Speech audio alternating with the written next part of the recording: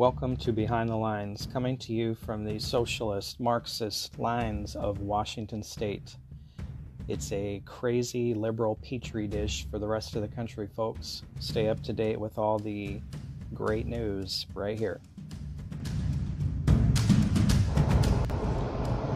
Hey guys, welcome to Behind the Line, Monday, November 30th, 2020. Old Jay Inslee had a press conference today and announced that Washington State has its own little COVID tracking app that you can download, and already uses the software that has been put on iPhone and Androids that you can disable, but you can also choose now to download Washington State's app, which will help with contact tracing, and says it doesn't track your location, and it doesn't even need to know who you are, and it uses Bluetooth technology to connect with other people and their phones, so that if you're around somebody for more than 15 minutes that has tested positive for COVID, it'll let you know. Obviously won't tell you anybody's personal information, but I think it's interesting that, obviously it's got to know where you are and who you are, otherwise they wouldn't be able to contact you and let you know. And it just makes me wonder, if that information is stored, what they do with that information. Is this something that you're going to participate with, letting the government track?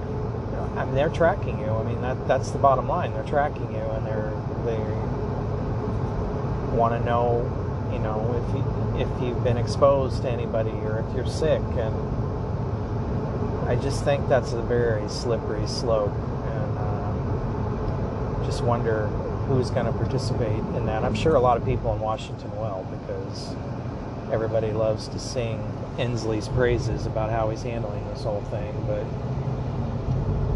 before Thanksgiving, man, I thought they were gonna have some kind of panic attack. As much stuff I heard on the radio from Inslee and King County Health Department, and talking about, how bad the Thanksgiving weekend's gonna be, and you're gonna go kill your whole family if you get together for Thanksgiving, and the whole state's gonna be on fire with COVID. And I mean, yeah, it's real, but the mortality rate is still less than 2%. The majority of people that get extremely ill from this, and I mean, even the news admits that most people get this and it's like a cold and it passes in 2 weeks and you're fine. And most of the people that are negatively affected, drastically affected, are elderly and underlying conditions. So how far are we going to take this thing? Inslee also came out with an article over the weekend stating that he didn't think we'd be safe until we can wear some kind of mask while we eat. I mean, you can't make this stuff up. How far are we going to let this go? I definitely think we're in for more restrictions and an extended lockdown when this thing is rolling to a close here in a couple weeks. He said this would last till mid-December, but I guarantee you he's going to put additional restrictions on. I mean, they're already talking about it. Every time he's interviewed, he says that the numbers continue to go up. They're going to go up. They're going to go up. And, part of the reason they all went up so drastically before Thanksgiving was because he told everybody to get tested. If you're going to go see your family, get tested. And everybody did. I mean, I drove past several COVID testing sites every day during the week, and before the run up to Thanksgiving, The lines were all around the parking lots for people waiting to get into those things to get tested. So obviously you're going to have more positive test results coming out. The real question is, how many people are seriously ill or hospitalized or dying? And those numbers are staying steady, at very low percentages.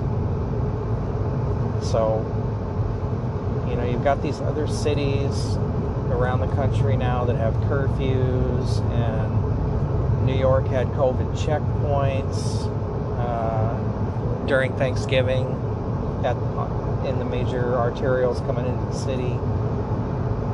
And, you got Cuomo in New York, who put all these restrictions, on churches like we have, similar to what we have.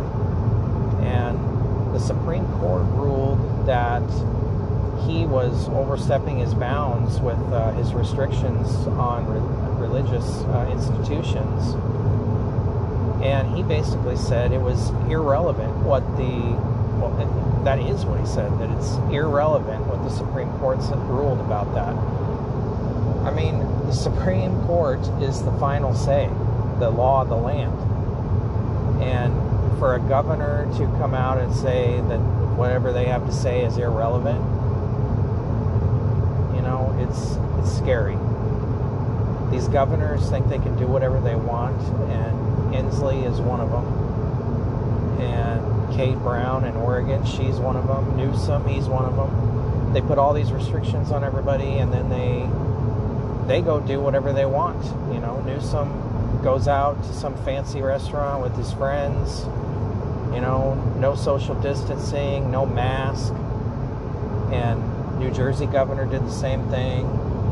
And you got all these California politicians going to Hawaii for a week, having some conference with their lobbyists, and they put all these restrictions on us, and then they throw it in our face that they can still do whatever they want, and we're just the little plebs that need to fall into line and do as we're told, and do what the king says. And I just wonder how long are we going to do this, and how long are we going to take it? And are you just going to fall in line? Are you going to download these apps and let them track you and have all this information? And, when there's a vaccine and you've got to have that vaccine to go to concerts or sporting events or, probably just about anything. Go out to dinner,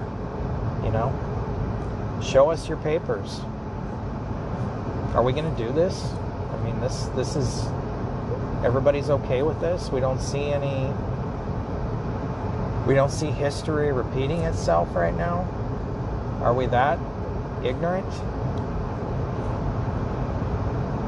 Anyway, are you going to go along with this? Do you think this makes you safer, truly?